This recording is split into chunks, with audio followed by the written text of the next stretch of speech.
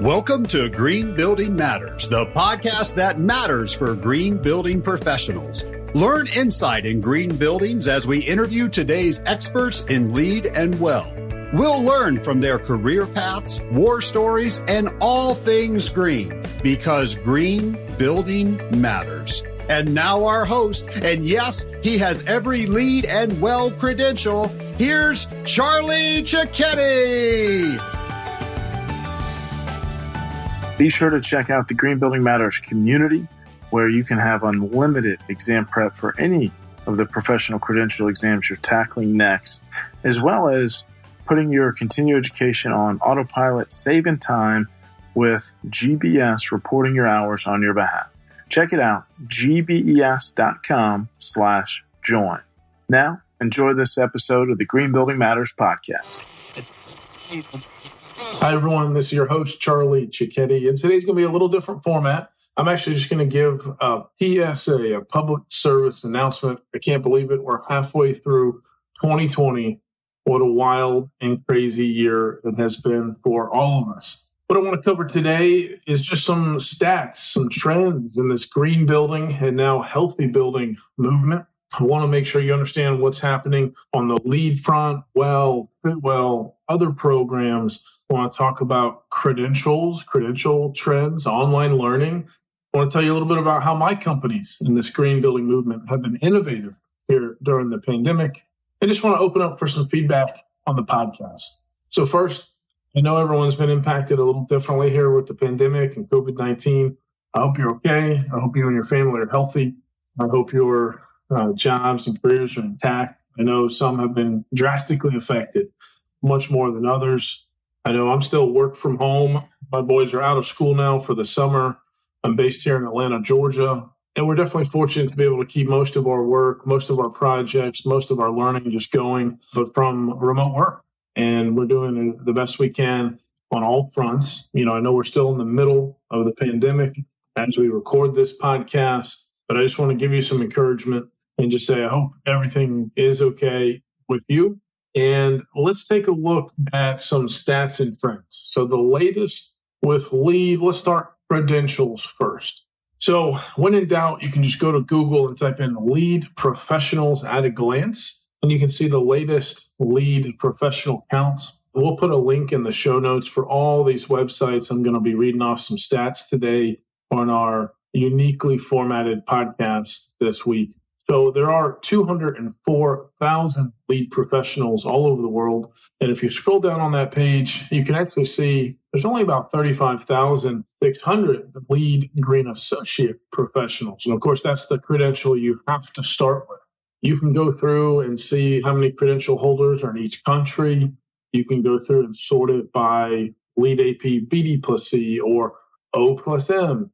Greening of existing buildings, only about 2,900 people have gone after that specialty credential. I know we're teaching more and more of these online series. Love to keep adding to the LEED professional count. The reality is some don't keep up their continuing education and they drop off each month. And then a lot are added.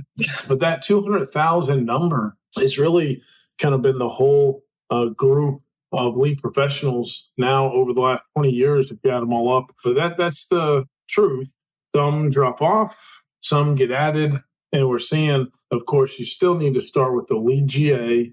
A lot of our customers do go for LEED AP BD plus C next, so they can specialize in new commercial construction and major renovation buildings. But you may want to consider getting one of the other specialty credentials, ND or homes or interiors or existing buildings. So just want to let you know, credentials are being added every single month. And one big newsworthy note, during the pandemic, and just about a month ago, GBCI and Prometric are now allowing you to take your LEED and WELL exams from home or work. You can take them virtual.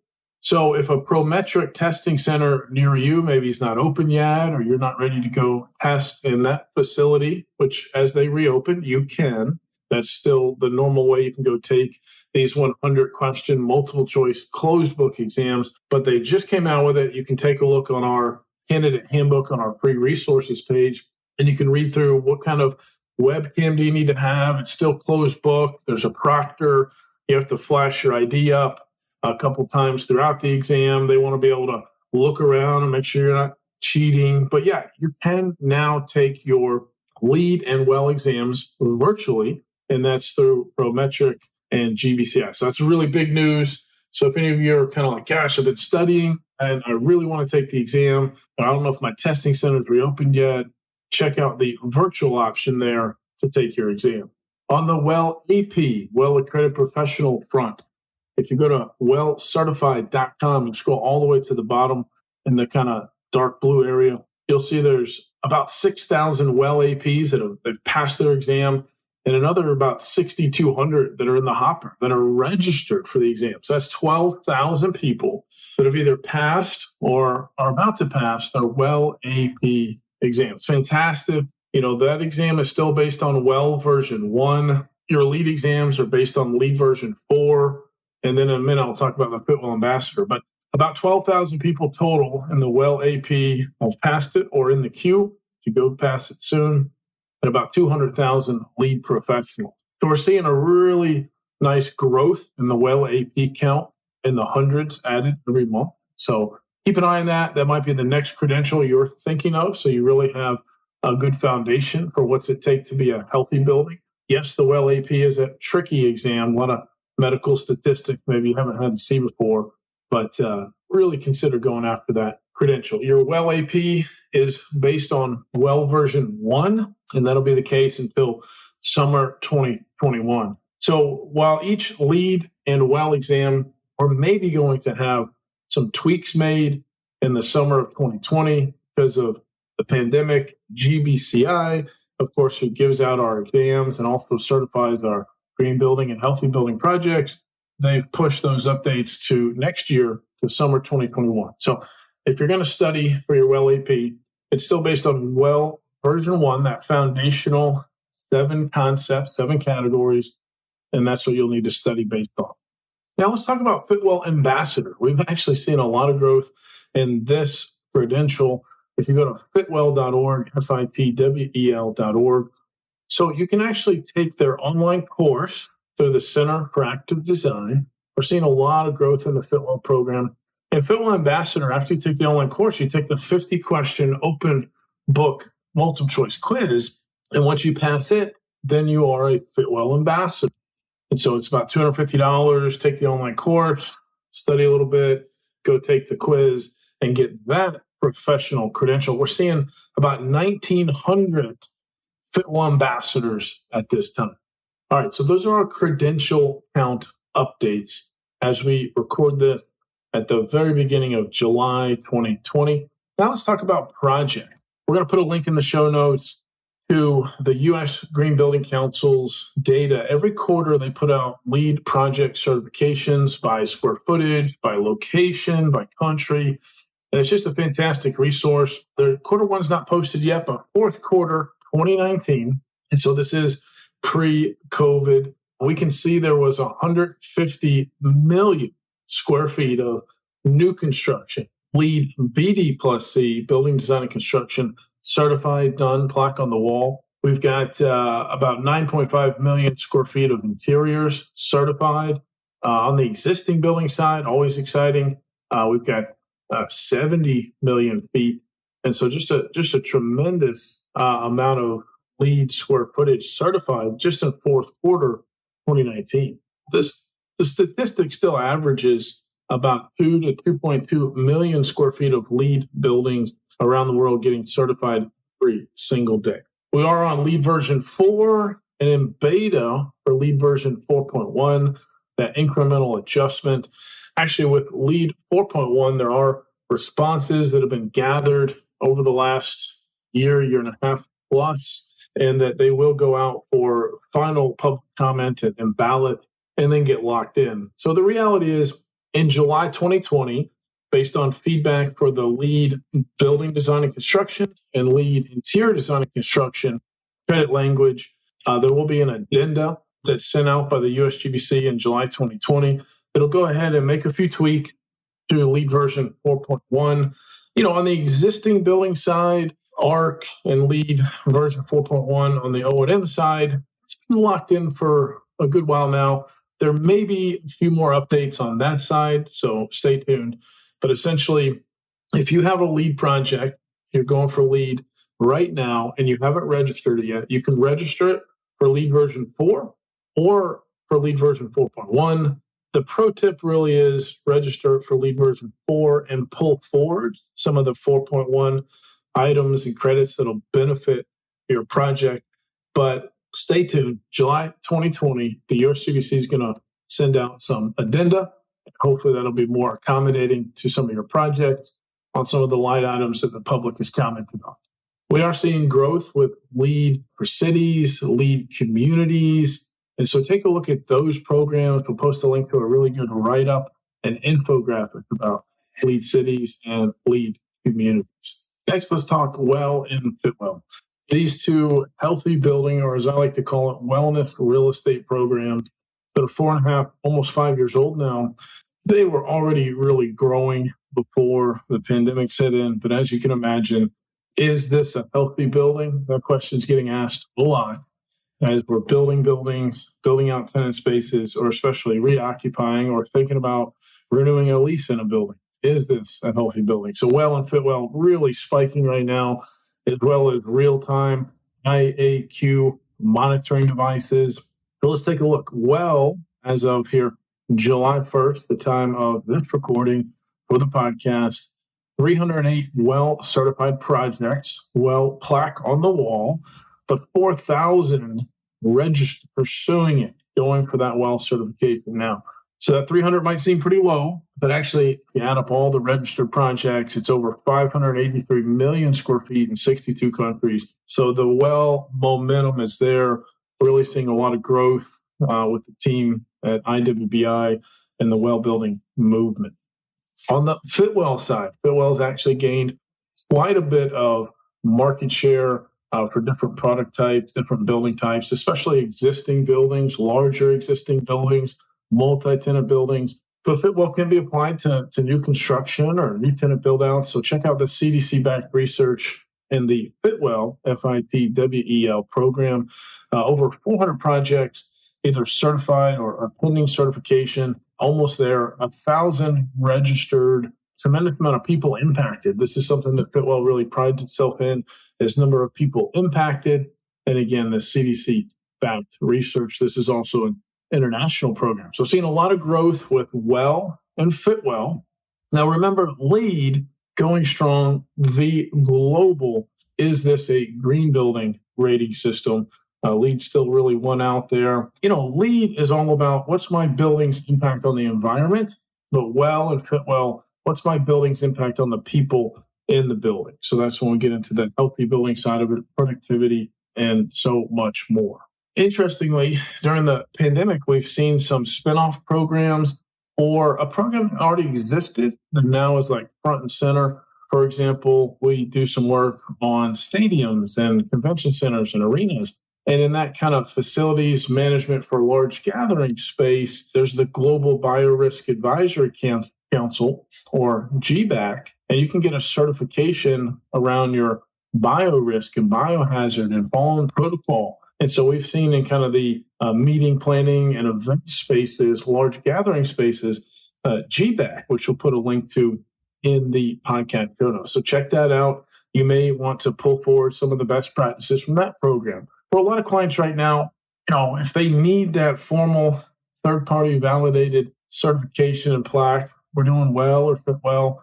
Again, some large meeting spaces might do GBAC, get the official certification. Yes, we're not only following the best practices, but see, been validated. We're really doing this as best we can. Others right now, it's about reoccupancy, but it's about pulling the best practices from each of these programs, like WELL and FITWEL. What were you doing, say, for example, with air quality before the pandemic? What are you doing during with your sanitation, your green cleaning, with your air filters, maybe UV light on the coils? And what are you going to do going forward? That's what tenants want to know right now. And another kind of spinoff or add-on, I should say, WELL came out with a health safety rating. And so you want to check out that. It's an evidence-based, third-party verified rating. It's focused there on the facility side, so existing buildings, multiple building types, and what are those best practices we should be doing in our facility for a quick focus on health safety. And especially as we reoccupy, this may be something you want to consider. You can check that out again, wellcertified.com/health-safety. We'll put the link in the podcast show notes. So we're seeing new programs or new add-ons spin off here to help us get through the pandemic. And one more good resource I want to put in today's podcast show notes on our green building consulting firm SIG's website. We've pulled together kind of our top 10 COVID-19 resources from BOMA, from Cushman and Wakefield as they help reoccupy a lot of office buildings in Asia. They shared their lessons learned there and their best practices. FITWEL and WELL and the World Health Organization, a lot of good resources we pulled together, and we'll put that in the podcast show notes. Please take a look at it if you're considering going back to your office, maybe in phases, different protocols, or just need some good resources to share with your clients. We've pulled together really a nice short list here. All right, well, let's talk about some innovation. Even here at my green building companies, I've been fortunate to be working in this industry for a long time now. And at the very beginning of the pandemic, I was really asking the question a lot, and I want you to still ask it because I think hidden in there is some encouragement, which is, what does all this make possible? And so I'm really proud of our team at gbes.com, for example. We've really ramped up our online learning. We've done a lot of online live classes. For example, normally we'd fly instructors around the country and some internationally to help do 1 or 2 day exam prep workshops. How do you pass that lead exam, or how do you pass the WELL AP? And of course, practice test flashcards. But it's always important to have that expert instructor who's passed the exam to show you where you need to focus. Well, as we weren't able to travel, we ramped up 4 2-hour live classes, so 8 hours over the course of a month. And they've just been fantastic. So that's an example of being innovative. While we couldn't travel, let's still make this live, make it interactive, ask questions. So that's been a big success during the pandemic, as well as webinars. We've just had some fantastic webinars, various topics, but I really like the show and tell case studies. 2 of my favorites in the last 3 months, and we can put some links, but you can always check that out on gbs.com. We interviewed Sean Aurora, who runs the new living building at Georgia Tech. Wow, what a fantastic building. Interestingly, during the pandemic here, with the building pretty much unoccupied, they've just been producing solar and letting that hit the rest of the grid there on the Georgia Tech campus, because first of all, living buildings, you have to be net positive, and they've just been producing. So I thought that was interesting. And another fun interview we did was with Richard, who's the president and CEO at the Phipps Conservatory and the Botanical Gardens in Pittsburgh. They actually have multiple living buildings and lead projects on the campus there at the Botanical Gardens. Just fantastic to hear what catapulted them towards not just a lead at a lower level, but no, if we're going to do this, we're going to do this right. And they went all in on sustainability, multiple building certifications, really fun projects there. So I want to make sure a lot of webinar, proud of my team. We've been putting out a lot of great content because adult learning and professionals going after that continuing education or maybe pass an exam is up during the pandemic. It makes sense, right? A lot of us are work from home, maybe no commute, and while professional development's usually at the bottom of a to-do list, it's moved its way up. So we're actually seeing a nice spike in online learning, but we have to give it to our customers in different formats. And now let's talk about some innovation here for SIG and my green building consulting firm. Super proud of the team there as well. Just a few examples. There's been so many where we've innovated. Building out tools for the green building movement. We'd already been doing that, but we're ramping it up. So stay tuned for that. Right, AQ, indoor air quality. Some of this testing we do manually, usually go into job sites, but we've been able to deploy sensors, send that out to a building engineer or a facilities management team, let them deploy the sensors. We're gathering data back over through the cloud, and we can still do a lot of our IAQ and wellness work. And just in general, and this is what you need to ask yourself in your businesses, as much as, I love to travel, fly into New York City and go do business there and go to all these amazing projects we get to work on, what work can you still do but virtually from afar? What data can you gather if someone's at the project or construction site or building? How can they send you back information or pictures or video? And you can still do a lot of what you need to do, but from afar. And I think we've all had to answer that question, but we've done a lot of that, and that's helped us been able to just keep going as best we can here. So a lot of fun innovations been happening on that front. As we start to wrap up today's public service announcement, just a couple last things here. Remember that question, what does all this make possible? And you can ask that not just here during the pandemic, but in a lot of tough situations. I love the podcast. We've been doing it for over 2 years now, actually longer than that, almost 2.5 now. Got a great team. Want to give a shout out to some of the podcast team members. Carla and Danny, couldn't do the podcast without you. So thank you so much. And I want to ask everyone that's a loyal listener, give me feedback. Do you have someone you want interviewed? Do you still love the interview format? Is there another question or two you'd love me to work into the rotation? I've been fortunate to interview just green building professionals from all over the world. We've got some fantastic interviews coming up. But if there's any feedback, if you want a little more often me to come on and talk about a hot topic or do an Ask Me Anything, please let me know. And the best way to do that is you shoot me an email, charlie@gbes.com. I'll make sure I take a look there. We have a conversation. I'd love to hear your feedback. And lastly, halfway through this year, I know I have a friend, he's already planning his New Year's Eve party to bury 2020. It's been a tough one for all of us. This too shall pass. If you need anything at all, reach out. I just want to say thank you for continuing to listen to the Green Building Matters podcast. Have an awesome week. I just want to say thank you to our loyal listeners. We actually are celebrating over 1 year here on the Green Building Matters podcast.